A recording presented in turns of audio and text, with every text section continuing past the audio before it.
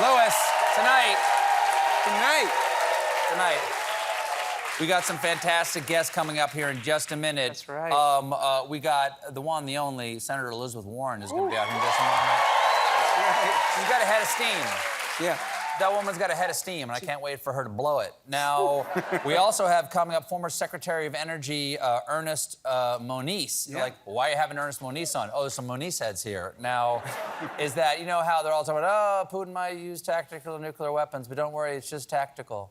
I'm going to have him on and say, well, what does that mean?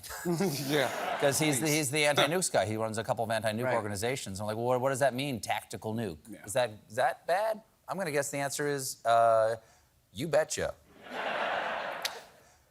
Folks, the midterms are next Tuesday, as I told you in the monologue over there. I hope I didn't have to tell you they were next Tuesday. Please go vote.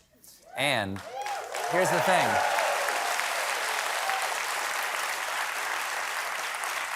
Here's the thing. In the last couple of years, some of our fellow citizens in the Republican Party have gone a little funny in the head. You know, camo, face mask, body armor, automatic weapons, zip ties, hanging around ballot box drop boxes, you know. So not so much ha-ha funny as ha-ha funny. And I would say the source of the funny is all the lies about the 2020 election that have been spread by people who know better.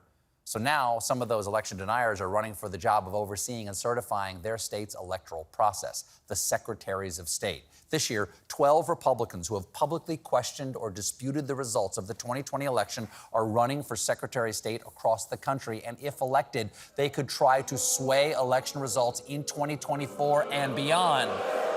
Meaning the election deniers might be running the next election. That doesn't seem right. That's like saying, hey, we need a babysitter. How about Cassandra the Dark, denier of children? I know, but she really wants the job. Or don't you enjoy date night? One of the most dangerous candidates is down in Arizona, where the GOP nominee for Secretary of State, who's been leading in the polls, is state representative whose 11 secret herbs and spices are all ivermectin, Mark Fincham. Now remember, in 2020, Arizona was on the edge of being stolen by MAGA maniacs pushing the big lie, and the only thing standing in the way was the Secretary of State, who stuck to the rules. Now that job could be taken over by a guy who is credited with starting the Stop the Steal campaign in Arizona and was part of the mob that rioted outside the Capitol on January 6th. You don't get to attack democracy and then ask to run it.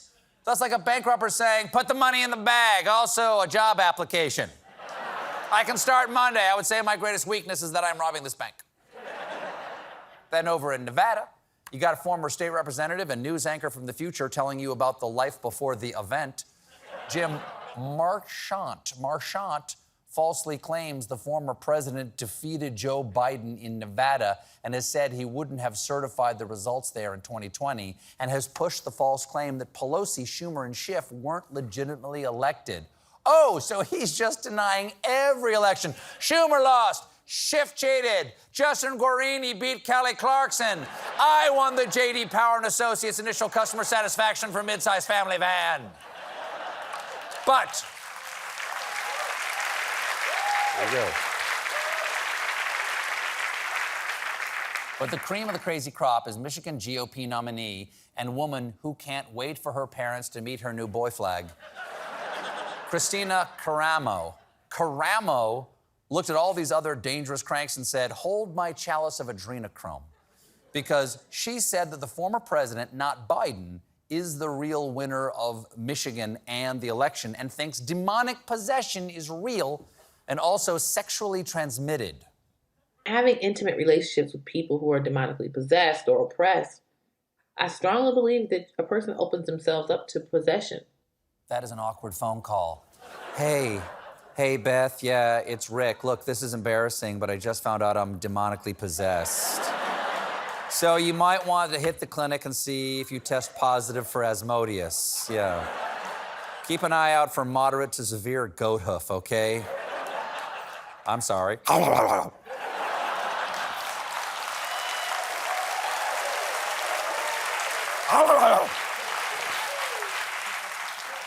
All these people have straight up said, regardless of what the vote count is next time, we're declaring Republicans winners of the next election no matter what. And I believe them. But don't take it from me. As Karamo herself put it at a recent rally. History is telling us, history is screaming to us that if we don't step up and fight now, we will lose the greatest country in human history. I never thought I would say this, but we should really listen to the lady who believes in penis demons. Go vote.